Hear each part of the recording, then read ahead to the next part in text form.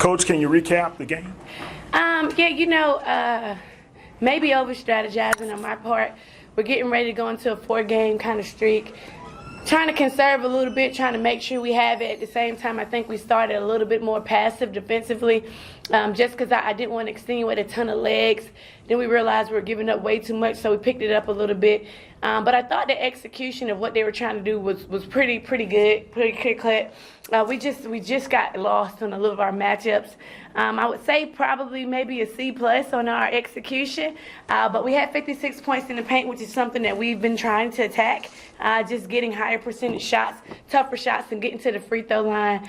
I think we shot 21 free throws tonight, which is probably a high around for some of, or at least close to a high. We don't typically get to the free throw line that often, so I like that about our play. I do think that just with their switches, they kind of had like an amoeba. They show zone, and then they kind of go through with a man, and it kind of startled us for a second. And we were so excited about the first action we were getting out of our offense. We weren't patient enough to continue to rotate it to expose their defensive stuff, so we didn't burn a ton of energy for them defensively. We either made the shot or missed it. And when we were missing, if we got one shot, they were kind of charging back down. So I think we didn't take enough gas out of them throughout the course of the game, but we were able to kind of finish and kind of get on the run. We turned it up in spurts. We had a bunch of defensive spurts where we would play really hard, and then we scratch the lead about 8, and then we come in and kind of relax, foul, and get it back out. I just think the consistency of the hype of, like, man, again, Tiger Nation being amazing, right? I think this is kind of one of the first time a lot of our kids, and it's the problem when you have all these transfers in, they don't understand Tiger Nation. They don't know how we show up and show out for the PV game, and so I think a lot of it was kind of like shell shocking, and I didn't want to embarrass myself, so I wasn't really going all out. But I think we overcame that, which is great to see as a coach, especially with the newly developed team, not so new in youth.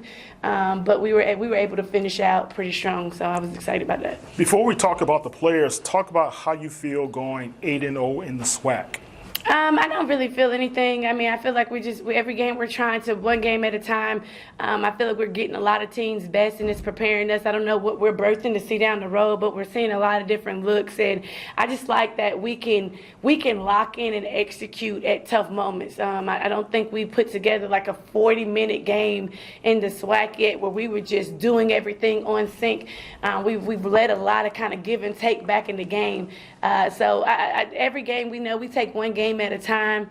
If we would have lost this game, then we're 7-1. Like, it doesn't matter. Like, this isn't the championship. You're just trying to put together good basketball, especially for your fans and you, and to stay in the hunt so that you can get into postseason. And we're really looking at this as developmental stages. We want to play in the postseason. We want to be there. You can go 8-0, lose the first game in postseason, and it doesn't matter, right? Like, we're really trying to grow, figure out the teams in the SWAC right now, figure out where we can expose them, where this team can do is still maximize potential. Like, again, this kid here, 21-10. I mean, we're 8 games into the SWAC, and this is her first performance, right? That she's her, something that she's fully capable of doing. And so we're still trying to get a little of the pieces of the puzzle together and get everybody back comfortable with this new gel and sync. So we don't really look at it like that. We're just trying to get better every day. And it was really, really great to finally see my baby back, because she was back tonight. Jaida, talk about your performance tonight. Tonight, I just came out knowing I had to be there for Coach Skeete, because kind of yesterday she got on me in practice. So today, I just went in just knowing to be free and be there. Yeah, she's a double-double. I mean, when she's locked in and she's playing well, and the thing that a lot of people don't see is, like, Jada's smarter than she plays. Her IQ is really elite, and she knows everybody's option. It's just a matter of she locking in to do it. But she can move really well in the paint, and sometimes too well. We got to figure out what some of those foul calls are calling, because I think they're clean blocks up top. I don't know what we need to do to adjust, but we'll keep growing on that. But the things that she's doing, like, she could go play another game right now. We still haven't figured out how to get the best out of Jaida completely yet, but I do think there's more in the tank, and that's where we kind of put our perspective into. It's just like, okay, now can we do this tomorrow, and can we do this the next day, and then can this become a thing, versus like, oh, you're 8-0. Like, well, what good is like 8-0 and then you're not performing at your best? Like, we're really searching for our kids to get to a space where they're performing at their best. and hopefully we'll get there and we can stay locked in throughout the course of the season. Very proud of her tonight. Coach, your thoughts on the fourth quarter offense is kind of brought down a bit? Yeah, again, I think we got into a space where we were just trying to ride the wave because we were up.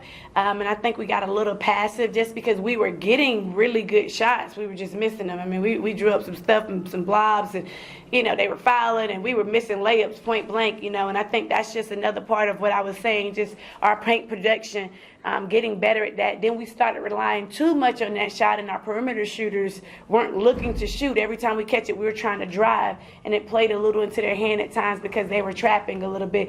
And so we just had to adjust. Again, execution-wise, it wasn't our best performance versus the scheme of what they were doing.